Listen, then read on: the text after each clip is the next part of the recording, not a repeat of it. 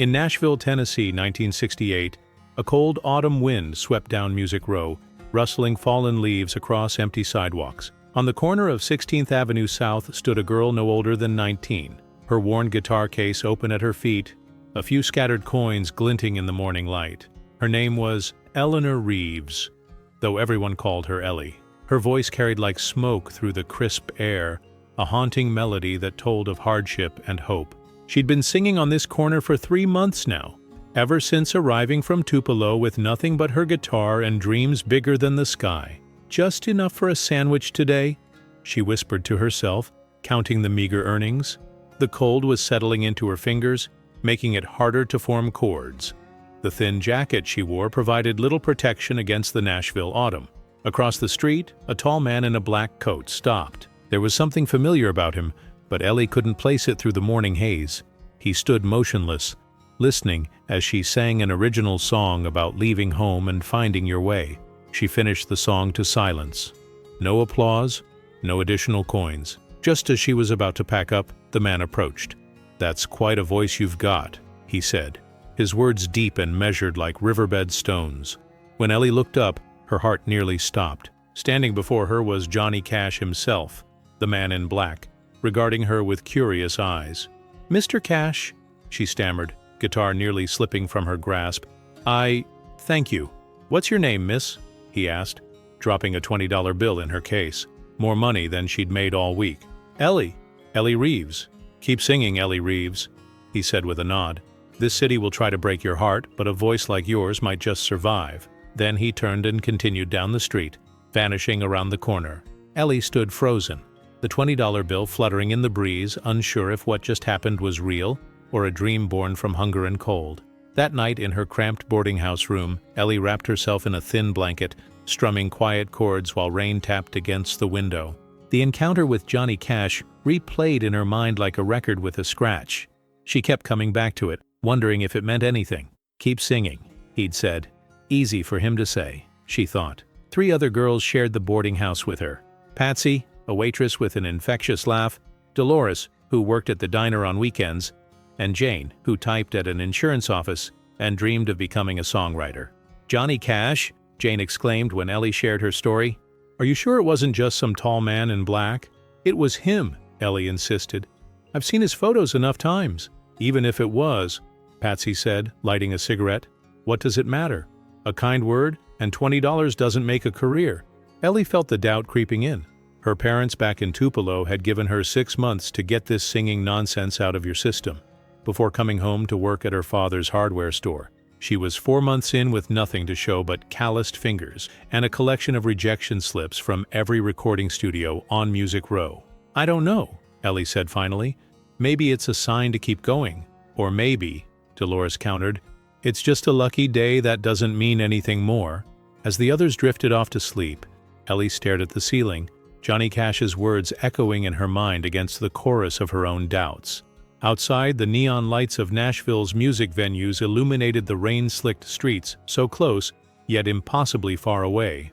The next morning, Ellie returned to her corner, guitar in hand, voice a little stronger despite the chill. She sang with renewed purpose, thinking perhaps Johnny Cash might pass by again. He didn't, but more people stopped than usual, and her case collected a respectable amount, enough for dinner and tomorrow's breakfast. As the sun began to set, casting long shadows down Music Row, a sleek black car pulled to the curb. The window rolled down, revealing a man in a tailored suit. "You Eleanor Reeves?" he asked curtly. Ellie nodded, suspicion creeping into her mind. "Bob Johnson. I manage talent for Sun Records." He handed her a card. "I got a call about you. Someone thinks you've got potential." "Someone?" Johnson's face revealed nothing. "Be at this address tomorrow at 10 a.m. sharp. We'll see what you've got." The car rolled away before Ellie could ask anything more. She stared at the card, embossed with the Sun Records logo. Sun Records, where Johnny Cash had started. "Someone," she whispered, understanding dawning like sunrise. That night, Ellie barely slept, practicing her best songs until her fingertips burned and her voice grew hoarse. By dawn, she had selected 3 originals she thought showcased her range: a ballad about her mother's struggle with illness, an up-tempo number about freedom, and a gospel-tinged song of redemption. As she walked to the address the next morning, guitar case banging against her leg, Ellie wondered what would happen if she failed this audition. How many chances did Nashville give before it decided you weren't worth any more? The building was unmarked except for a small plaque reading, Sun Records Subsidiary.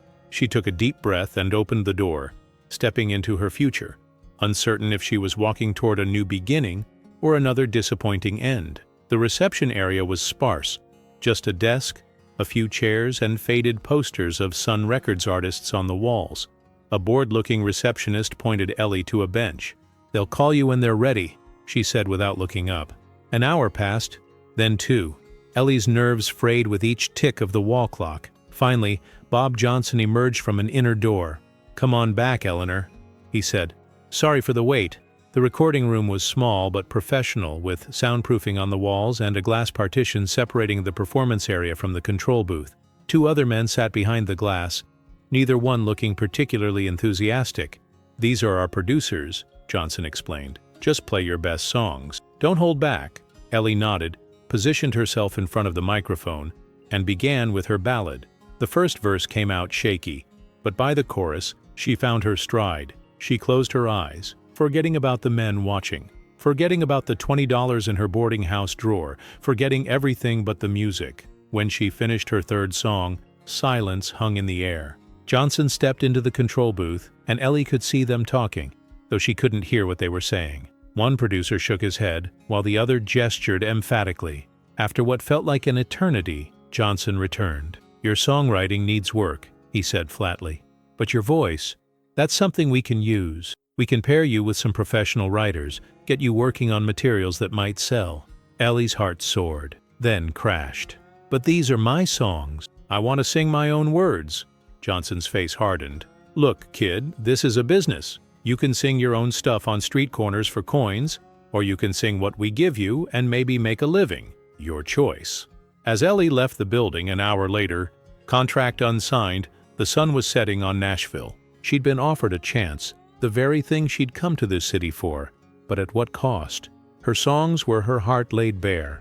Singing someone else's words felt like a betrayal of everything music meant to her. Back on her corner, guitar case open, she sang with a rawness even she hadn't heard before. The question haunted her. Had Johnny Cash sent her there to learn this lesson, or had she failed some test he'd set for her? 3 days passed. Ellie continued singing on her corner, the rejection from Sun Records still stinging like an open wound. Her roommates had different reactions. Jane thought she was crazy for turning down the opportunity.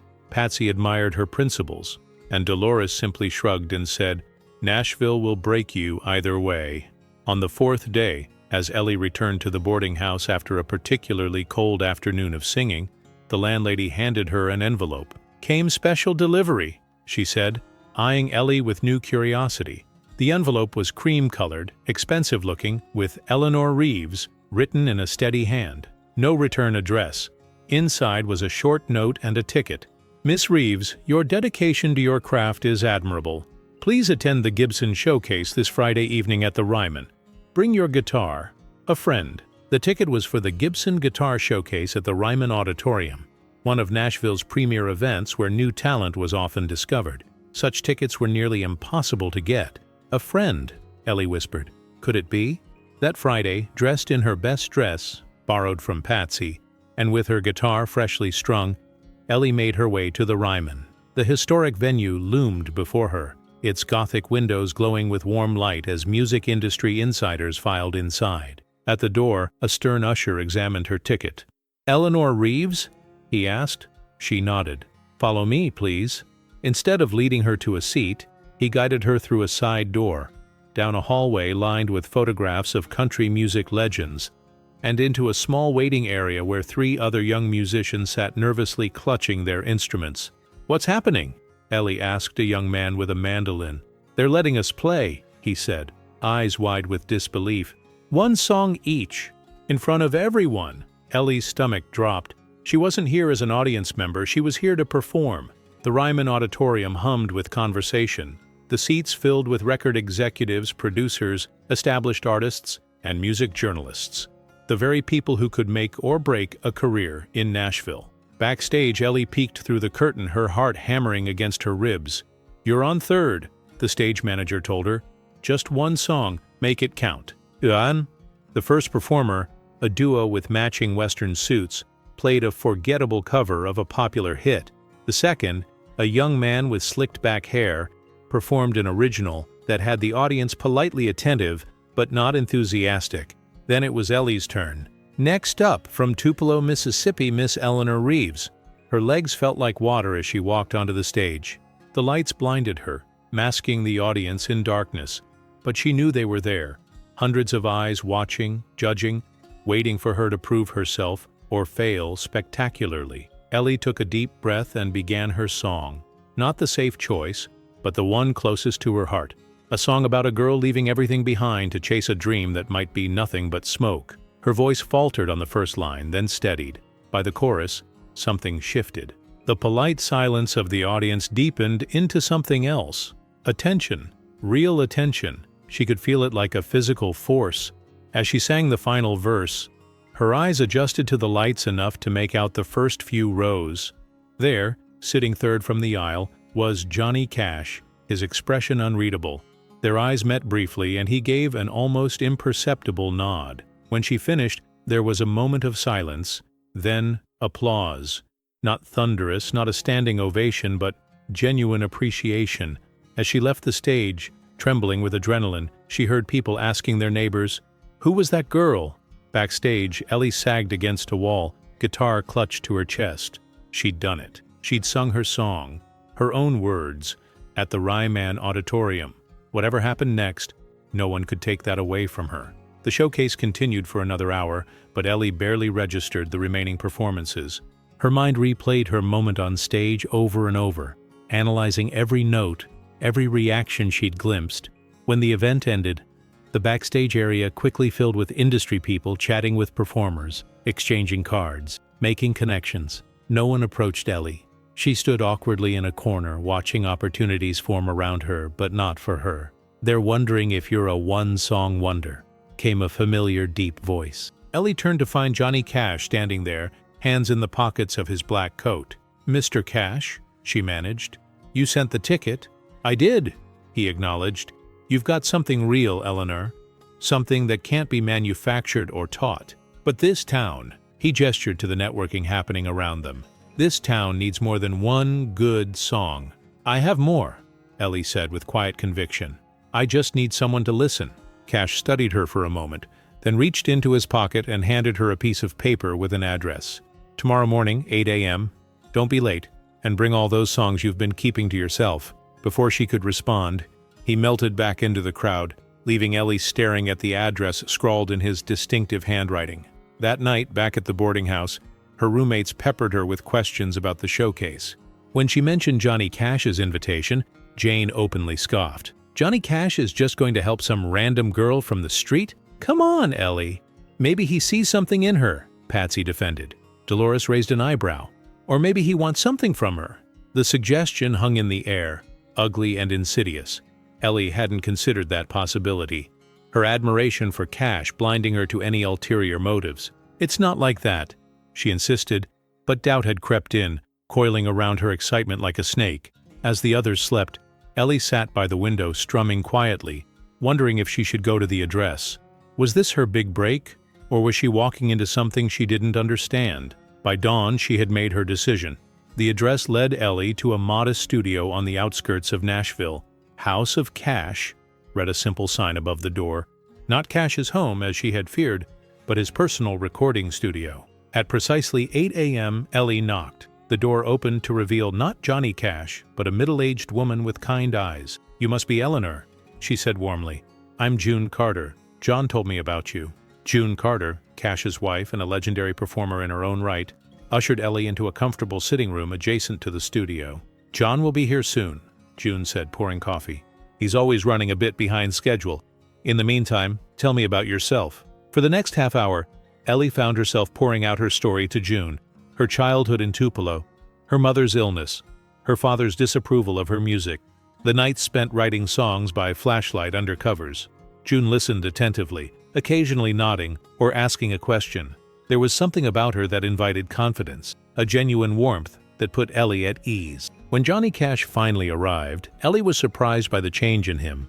In his home studio, he seemed more relaxed, less the imposing man in black, and more a regular man with passion for music. "Let's hear what you've got," he said simply, leading them into the studio. For the next 2 hours, Ellie played every original song she had, 12 in total. Some were rough, barely more than sketches. Others were fully formed, polished from repeated performances on street corners. Cash listened without comment, occasionally exchanging glances with June. When Ellie finished, exhausted and vulnerable, Cash finally spoke. "You've got 3 great songs, 4 good ones, and the rest need work," he said bluntly. "But that's more than most have when they start out." "Start out?" Ellie repeated cautiously. "June and I are starting a program for young songwriters," Cash explained. "Not a label, not a contract, just mentorship, teaching what we know to those who deserve to learn. We'd like you to be part of the first group." Ellie's coffee cup rattled in its saucer as her hands began to shake. "Why me?" she asked, the question that had been burning since that first encounter on the street corner. Cash's expression softened slightly. "Because you remind me of myself at your age, stubborn enough to keep singing your own truth, even when no one's listening."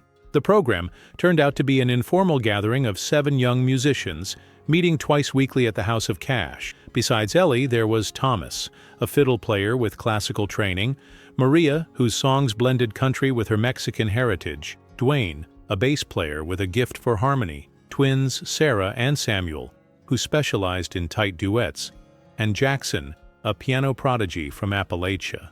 Johnny and June took different approaches to mentorship. June focused on performance, teaching them how to connect with an audience, how to tell a story through more than just lyrics. Johnny's lessons centered on songwriting, finding authentic voices, crafting melodies that served the words, and perhaps most importantly, editing ruthlessly. "A good song doesn't happen in the writing," he told them. "It happens in the rewriting." For Ellie, these sessions were transformative. Her raw talent began to refine itself under their guidance. More than technical skills, she learned about the music business, about protecting her work, about the balance between artistic integrity and commercial viability. As weeks passed, the 7 formed a tight circle, collaborating, critiquing each other's work, sometimes arguing passionately about lyrics or chord progressions. They began calling themselves The Circle, a name that stuck when Johnny referred to them that way during a session. Outside these sessions, Ellie continued singing on street corners, but now with new purpose. Each day brought improvements to her songs, and the coins in her guitar case gradually became dollar bills as her growing confidence attracted larger crowds. One evening, after a particularly successful street performance, Bob Johnson approached her again. "The offer still stands," he said, "but now we're willing to let you record some of your originals alongside our material." Ellie considered it briefly before declining. "I'm not ready to sign yet," she said with newfound assurance, "but thank you." As she walked away, she realized something had fundamentally changed. She was no longer desperate for any opportunity. She could afford to wait for the right one. November brought colder weather and a changing dynamic within the circle. Jackson, the piano player, had signed with a major label. The twins had landed a regular gig at a popular downtown venue. Success was beginning to find them all except Ellie. Despite her progress, despite Johnny and June's encouragement, despite the crowds that now gathered when she sang on street corners, no contract had materialized for her. The rejection slips continued to pile up, each one a paper cut to her confidence. "Maybe your sound is too unique," June suggested gently after Ellie shared her frustrations. "The industry likes to put artists in neat categories." "Or maybe I'm just not good enough," Ellie replied, voicing her deepest fear. The pressure mounted when her father called the boarding house, reminding her that her 6-month deadline was approaching. "The store needs help, Ellie," he said. "It's time to come home and face reality." That night, Ellie didn't return to the boarding house. Instead, she wandered Nashville's music district, listening to songs pouring from every bar and club, songs that weren't hers, artists who had succeeded where she was failing. Near midnight, she found herself outside a rundown venue with a sign, "Open Mic Night, all welcome." On impulse, she entered, signed up, and when her turn came, took the stage. The crowd was sparse and largely indifferent. Drunks nursing beers, couples in deep conversation, a few other musicians waiting their turn. Ellie began one of her newer songs, one she'd been refining with Cash's help. Halfway through, a man's voice cut through the dim room. "You call that country? Sounds like trash to me?" Laughter rippled through the audience. Ellie faltered, losing her place in the song. She tried to recover, but more heckles followed, each one like a physical blow. She left the stage before finishing, hurrying out into the cold night, hot tears streaming down her face. The carefully constructed confidence of recent weeks shattered like glass. In her darkest moment, Ellie made a decision. It was time to go home to Tupelo. Nashville had had its chance to embrace her, and it had chosen not to. Some dreams weren't meant to come true. The boarding house was quiet when Ellie returned, her roommates already asleep. She sat at the small desk they all shared and began writing a letter to her parents, telling them she would be on the bus home next week. As she wrote, tears smudged the ink, but she pressed on, detailing her plans to work at the hardware store, maybe give singing lessons on the side. She was sealing the envelope when someone knocked softly on the bedroom door. It was Patsy, still in her waitress uniform. "Thought I heard you come in," she whispered, careful not to wake the others. Seeing Ellie's tear-stained face, she asked, "What happened?" Ellie explained the humiliation at the open mic, her decision to leave Nashville. Patsy listened without interrupting, then took the letter from Ellie's hands. "Don't send this yet," she said. "Sleep on it first." But morning brought no change of heart. Ellie began packing her meager possessions, setting aside her guitar, a painful reminder of failed dreams. When she arrived at the House of Cash for what she intended to be her final session, she found only Johnny there, sitting with his guitar, working through a new song. "The others called to cancel," he explained. "Looks like it's just us today." Ellie hesitated, then decided she owed him the truth. "Actually, Mr. Cash, I came to say goodbye. I'm going back to Tupelo." Cash set his guitar aside, his expression unreadable. "Sit down, Eleanor." For the next hour, Johnny Cash shared stories she'd never heard before, about his own failures, the times he'd been booed off stages, the years of rejection before his break, the times he'd nearly given up. "You think last night was bad?" he said. "I once played for an audience of prisoners who told me exactly what they thought of my music, in language I won't repeat to you." "But you were Johnny Cash," Ellie protested. "I'm nobody. I wasn't born Johnny Cash," he replied firmly. "I became Johnny Cash, one song at a time, one day at a time, and some of those days were a lot worse than yours was last night." He picked up his guitar again, strumming thoughtfully. "I'll make you a deal. Give Nashville one more month. Just one. If nothing changes by Christmas, I'll buy your bus ticket to Tupelo myself." Ellie wanted to refuse, to protect herself from more disappointment, but something in Cash's steady gaze stopped her. "1 month," she agreed reluctantly. The following week brought an unexpected shift. Johnny announced that the Circle would be performing at his annual Christmas charity concert at a local church, not as background singers, but as featured artists, each performing one song. "It's not the Grand Ole Opry," he told them, "but it's a real audience, and there will be industry people there. Some owe me favors." For Ellie, this represented her last chance in Nashville. She threw herself into preparation, reworking her strongest song, practicing until her fingers bled and her voice grew hoarse.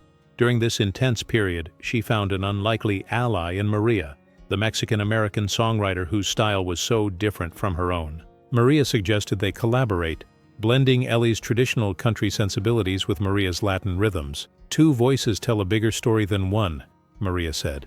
Together, they created something neither could have made alone, a song about women from different worlds finding common ground in their struggles and hopes. The lyrics drew from both their lives, creating a rich tapestry of shared experience despite different backgrounds.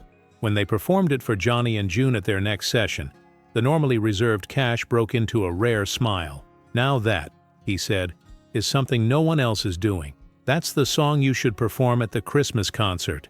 As December arrived, bringing Nashville its first snow, Ellie found herself at a crossroads. The hardware store in Tupelo still waited, but now there was also this new path: collaboration, innovation, pushing boundaries rather than trying to fit into existing ones. For the first time since arriving in Nashville, Ellie allowed herself to consider that maybe success didn't have to look the way she'd always imagined. Maybe there was more than one way to make her mark on Music City. The week before the Christmas concert, Johnny arranged for the Circle to rehearse in the church venue. The space was modest but beautiful, with wooden pews, stained glass windows, and natural acoustics that made every note resonate. Each member of the circle would perform one song, with the others providing backup when needed. The show would close with Johnny performing some of his hits, then everyone joining for a final number. As they ran through their songs, Ellie and Maria's duet stood out, raw, authentic, and unlike anything else in the program. Even the twins, usually competitive, acknowledged that it was something special.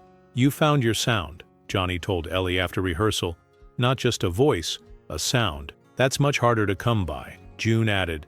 "And you found it by opening yourself up to something new, not by doing what everyone else is doing." That evening, walking home through gently falling snow, Ellie felt a fragile hope bloom. Maybe this performance would lead to something. Maybe she wouldn't have to go back to Tupelo after all. Her reverie was broken by the sight of Bob Johnson leaning against the boarding house fence, smoking a cigarette. "Been looking for you?" he said. "Word is, you're performing at Cash's Christmas thing." Ellie nodded cautiously. "We're still interested," Johnson continued. "In fact, the offer's better now.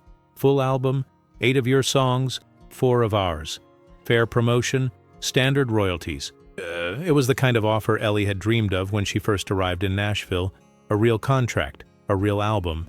"I'd need to see the contract," she said, trying to sound more confident than she felt. Johnson handed her a business card. "Come by tomorrow. We'll talk details." As he walked away, Ellie stood in the snow. Contract possibility in one hand, collaborative new direction in the other.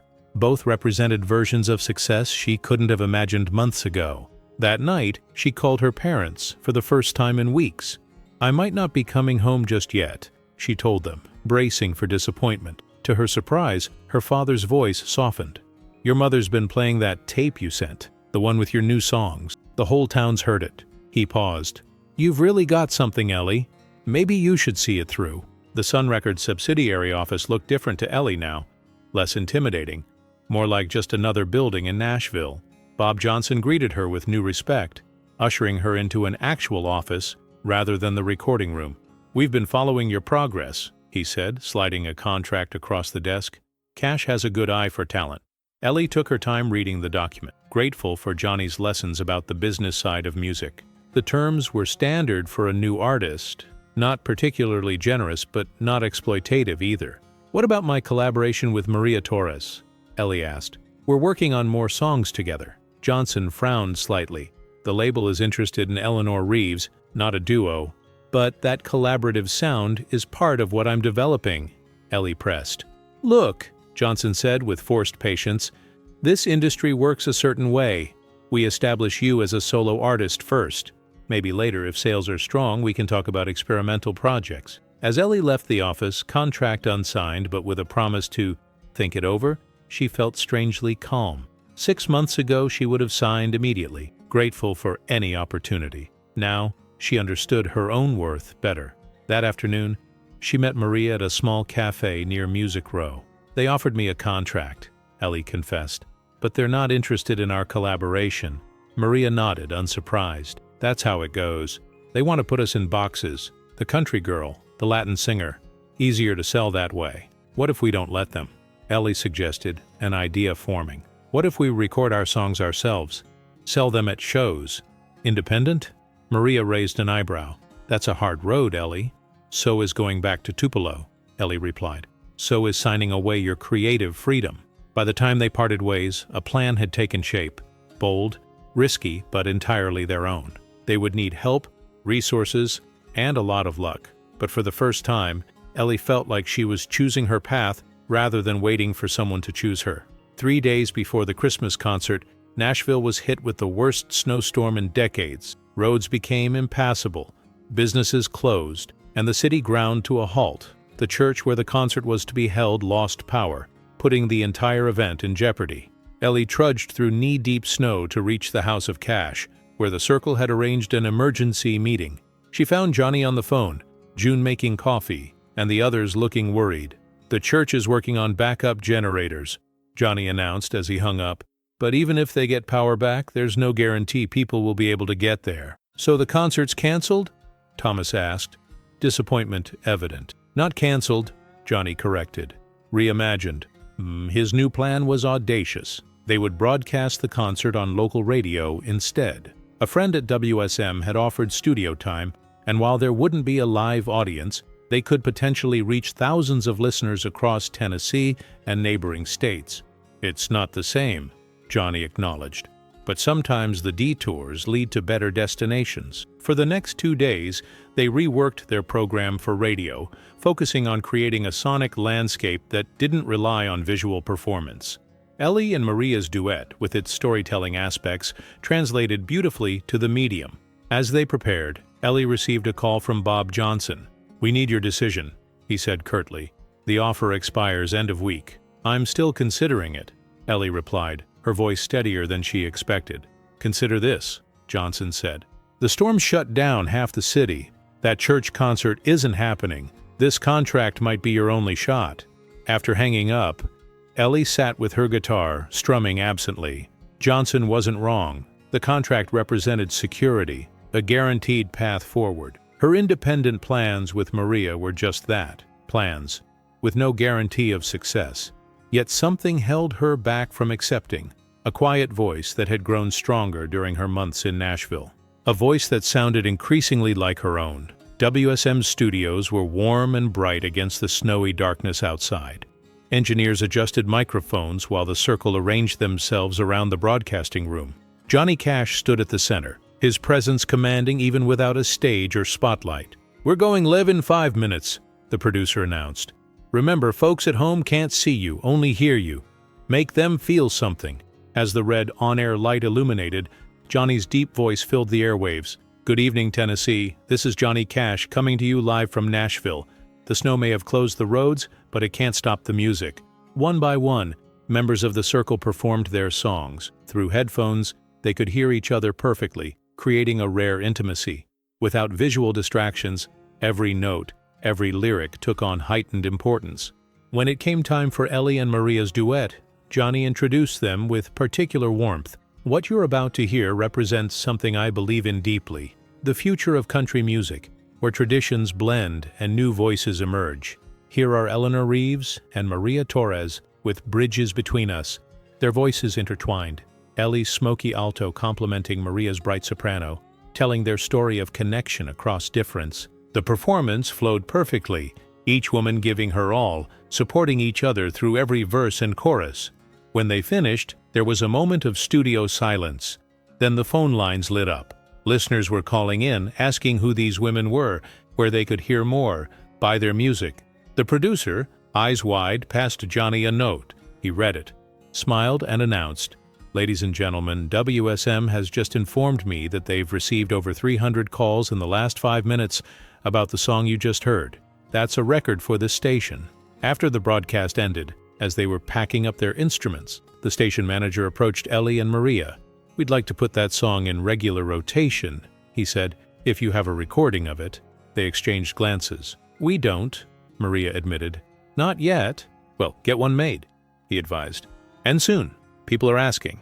The day after the broadcast, Nashville began digging out from under the snow. Streets were cleared, power restored, and the city returned to its normal rhythm. But for Ellie, everything had changed. The boarding house phone rang constantly, calls from listeners who had tracked her down, from local venues offering gigs, and most significantly, from 3 different record labels expressing interest. Not just in Ellie alone, but in the unique sound she and Maria had created together. Bob Johnson called too, his tone significantly warmer. "We could adjust our offer," he said. "Include some collaborative work with Ms. Torres." The response last night was unexpected. Sitting in the small kitchen with her roommates, Ellie felt a strange calm descend. 6 months ago, she'd arrived in Nashville desperate for any opportunity. Now, opportunities were finding her, but on terms she never could have anticipated. "I need to think," she told Johnson. "I'll call you tomorrow." That afternoon, Ellie made her way to the House of Cash. The snow had transformed the landscape, making even the familiar route seem new and full of possibility. Johnny was chopping wood outside when she arrived, his breath visible in the crisp air. "Come to share your good news?" he asked, setting aside the axe. Inside, June served hot chocolate as Ellie explained her dilemma. The multiple offers, the sudden interest, the pressure to decide quickly. "What would you do?" she finally asked. Johnny and June exchanged glances. "We can't answer that for you," June said gently. "But I can tell you what I see. I see a young woman who came to Nashville to find her voice, and instead found something better. Her sound. A sound that's all her own. What I can tell you," Johnny added, "is that the music business will always be there, with its contracts and compromises. But authentic artistic vision, that's rare. Sometimes it's worth protecting, even if the path is harder." As evening fell, Ellie walked to Maria's apartment, where they talked for hours about possibilities, dreams, and what success might look like on their own terms. By midnight, they had made their decision. The next morning, Ellie called Bob Johnson. "Thank you for the offer," she said firmly, "but I'm going in a different direction." "You're making a mistake," he warned. "This industry doesn't give second chances." "Maybe," Ellie replied, "but I'd rather fail on my own terms than succeed on someone else's." Winter melted into spring, and Nashville bloomed with new possibilities. Ellie and Maria had formed their own production company, Bridge Records, named after their breakthrough song. With financial backing from a local investor who had heard the broadcast, they rented studio time and recorded their first EP, 5 songs that defied categorization, blending country traditions with Latin rhythms and deeply personal lyrics. The circle remained a source of support, with members contributing their talents to the recording sessions. Johnny and June offered guidance, but never interference, respecting the young women's vision. "This is how it should be," June remarked to Ellie during a break in recording. "Artists supporting artists, creating something new together." The EP, titled Coins on the Street, in homage to Ellie's beginnings, was released independently in April. Without major label promotion, they relied on grassroots methods, selling copies after performances, leveraging their WSM connection for occasional airplay, and building a loyal following in Nashville's smaller venues. Sales were modest but steady, and more importantly, the music was reaching people who connected deeply with it. Letters arrived from listeners across the South, many from young women who saw themselves in Ellie and Maria's stories. One evening, after a packed show at a Midtown cafe, Ellie found Johnny Cash waiting outside, leaning against his car. "Wanted to see how you're doing," he said, his voice warm with pride. "Looks like you're finding your way." "It's harder than I thought," Ellie admitted, thinking of the long hours, tight budgets, and constant hustle required to keep their independent venture afloat. "Worth it, though?" Cash asked. Ellie nodded without hesitation. "Every minute." As they talked, a young girl approached them shyly, clutching a copy of Coins on the Street. "Miss Reeves?" she asked, voice barely above a whisper. "Could you sign this? Your songs, they make me feel like maybe I could be a singer too someday." As Ellie signed the EP cover, she caught Johnny's eye. His slight nod conveyed everything. This moment, this connection with a listener, was the real measure of success. Summer arrived with unexpected news. The Country Music Association was planning a special showcase called New Voices of Nashville, featuring emerging artists who were pushing boundaries in the genre.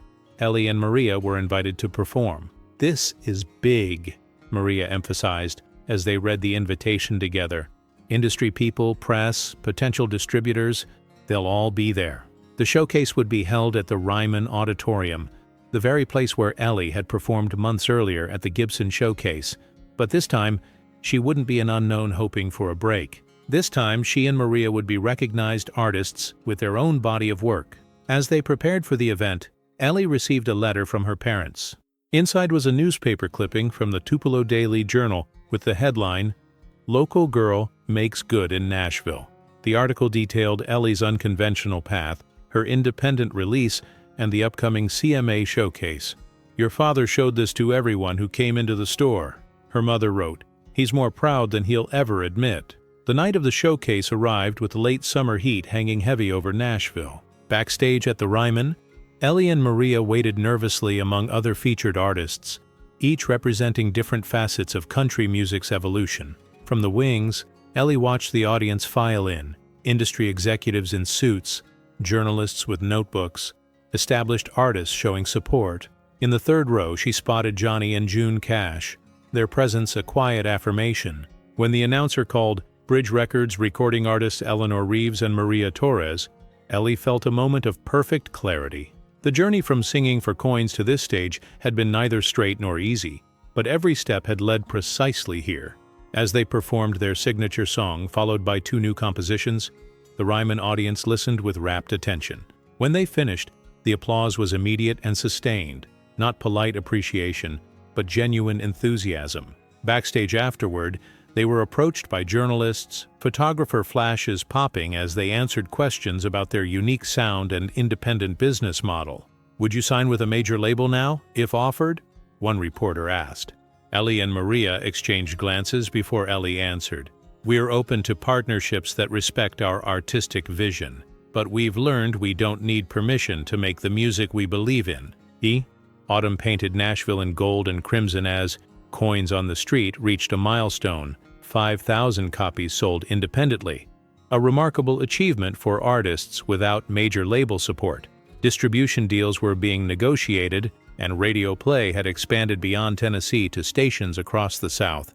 Ellie no longer sang on street corners for necessity, but occasionally, on perfect autumn days, she would return to her old spot on 16th Avenue South, guitar case open not for coins but for the joy of connecting directly with passers-by.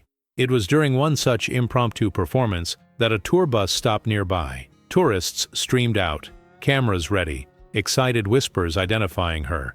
"That's Eleanor Reeves!" Among them was a teenage girl clutching a guitar of her own. She approached Ellie hesitantly when the song ended. "I've been saving to come to Nashville," she admitted, voice trembling slightly. "Your music made me believe I could do this too." Ellie looked at the girl, so much like herself a year ago, brimming with dreams and determination. "What's your name?" she asked. "Sarah," the girl replied. "Keep singing, Sarah," Ellie said, echoing the words that had sustained her through her darkest days. "This city will try to break your heart, but a voice like yours might just survive." Later that week, Johnny invited Ellie and Maria to dinner at his home. As they sat around the table, sharing stories and laughter, Johnny raised his glass in a toast. "2 coins on the street," he said, "and the voices that rise from there to change the world, one song at a time." After dinner, as they walked in the garden under starlight, Johnny shared news. He was expanding the Circle program, formalizing it into a foundation to support independent artists who didn't fit the conventional Nashville mold. "We'd like you both to be mentors," he told them. "Share what you've learned with the next generation." Ellie thought of Sarah, of all the young singers arriving in Nashville daily with nothing but dreams and determination. "We'd be honored," she said. That night, driving back to the apartment she now shared with Maria, Ellie reflected on her journey. From the desperate girl singing for coins, to an artist charting her own path, a path that had led not to conventional stardom, but to something perhaps more valuable: authentic voice, creative control, and the chance to help others find their way. Music Row glittered with neon as she passed, the heart of an industry that had both rejected and embraced her. Nashville, she realized, hadn't changed, but she had. And in changing herself, she had carved out a space within the city's storied traditions for something new to grow. 5 years passed.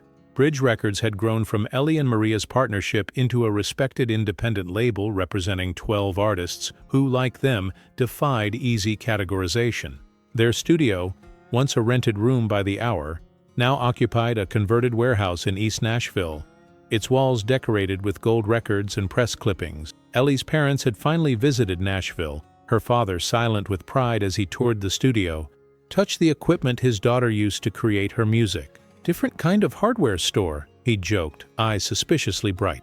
The Circle Foundation, under Johnny and June's guidance with help from graduates like Ellie, had become a Nashville institution, providing mentorship, resources, and community to artists developing outside mainstream channels. On a crisp October afternoon, Ellie stood backstage at the Ryman, watching a young woman perform at the annual Circle Foundation showcase. Sarah, the girl with the guitar from years ago, had found her way after all, her voice strong and distinctive as she sang an original composition about chasing dreams. Johnny Cash appeared beside Ellie, his hair grayer now but his presence still commanding. "She reminds me of someone," he said with a knowing smile.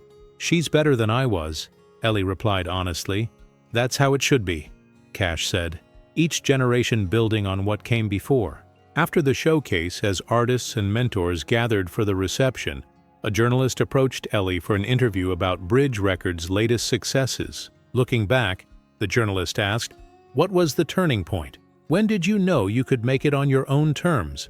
Ellie considered the question, remembering coins in a guitar case, cold fingers forming chords, a $20 bill from a man in black, a borrowed dress at the Gibson showcase, a radio broadcast in a snowstorm, all the moments large and small that had shaped her journey. "I think it happened gradually," she finally answered.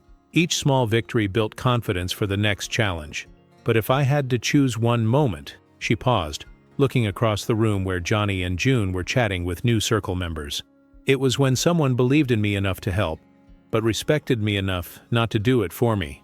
That evening, Bridge Records hosted a listening party for their newest release, a compilation album featuring Circle Foundation artists past and present. As guests mingled in the studio space, Ellie found a quiet moment with Johnny Cash.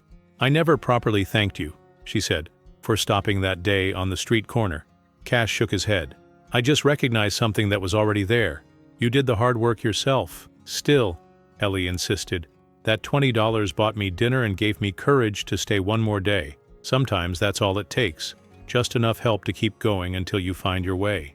Johnny nodded, understanding in his eyes. "That's why we do what we do. Music saved my life once. Seems only fair to pass that on." As the evening wound down, Ellie stepped outside for a moment of quiet. The Nashville skyline glittered in the distance, the city that had challenged, rejected, and ultimately embraced her.